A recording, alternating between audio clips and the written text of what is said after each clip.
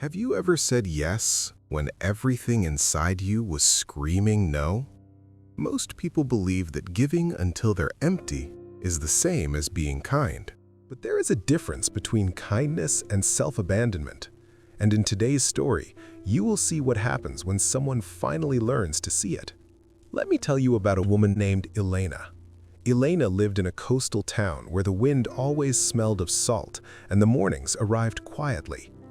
She worked at a small community center, organizing events, answering calls, helping anyone who walked through the door. People knew her as the woman who always said yes. Need someone to cover a shift? Elena would do it.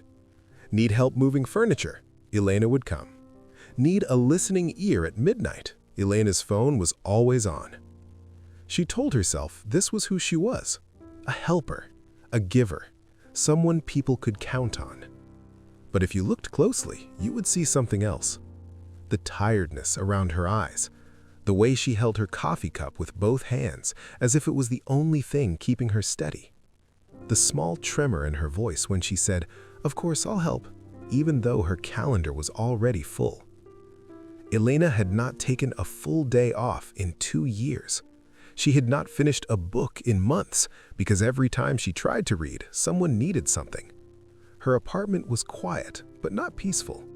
It was the kind of quiet that comes from always being somewhere else. One evening, Elena sat at her kitchen table with a notebook in front of her. She had planned to write down her thoughts, maybe make a list of things she wanted to do for herself. But her phone buzzed. A text from her colleague. "Can you take my morning shift tomorrow? Something came up." Elena looked at the blank page. She looked at the phone. Her fingers moved almost automatically. "Sure, no problem." She closed the notebook. The page stayed blank. This pattern had been repeating for years. Someone asked, Elena gave. Someone needed, Elena appeared. And every time she said yes when her heart was whispering no, a small piece of herself seemed to slip away, like sand through fingers. She began to notice a strange heaviness in her chest. Not pain exactly, more like a constant weight, a dull ache that never quite left. She felt tired in a way that sleep couldn't fix, tired in her bones, tired in her spirit. One Saturday morning, Elena woke up and realized she couldn't remember the last time she had done something just because she wanted to. Not because someone asked, not because it was responsible, just because it made her feel alive. She sat on the edge of her bed and felt something she hadn't allowed herself to feel in a long time. Resentment. Not toward the people who asked for help, toward herself for always saying yes, for never protecting her own time, for believing that her worth depended on how useful she was to others. That afternoon, Elena went for a walk along the shore. The beach was nearly empty. The sky was gray, and the waves moved steadily back and forth with a rhythm that felt ancient. She walked without purpose, just moving, breathing, letting the wind clear her mind. Near the water's edge, she noticed an old woman sitting on a weathered bench, wrapped in a thick shawl. The woman was watching the ocean with a kind of stillness that caught Elena's attention. Elena didn't usually approach strangers, but something made her stop. She sat down on the other end of the bench and followed the woman's gaze toward the horizon. After a long silence, the old woman spoke. Her voice was soft but clear. "The ocean never apologizes for its tides." Elena turned to look at her. The woman continued, still looking at the water. "It comes in, it goes out. It does not ask permission. It does not feel guilty. It simply moves according to its own nature." Elena felt something shift inside her chest. The woman turned to her with gentle eyes. "You look like someone who has been giving away her tides." Elena's throat tightened. She didn't know how this stranger could see it so clearly. "I don't know how to stop," Elena whispered. The old woman nodded. "Most people don't. They think saying no is selfish. They think choosing themselves is cruel." She paused. "But let me ask you something. When you pour from an empty cup, what do you really give?" Elena had no answer. You give resentment disguised as kindness. You give exhaustion disguised as care. And slowly, you give away the person you were meant to be. The words landed gently, but they struck deep. The old woman stood up, adjusting her shawl. Before she walked away, she said one more thing. The ocean does not abandon itself to please the shore, and you, my dear, were never meant to. Elena sat on that bench long after the woman left. The sky darkened, the wind grew colder, but she didn't move.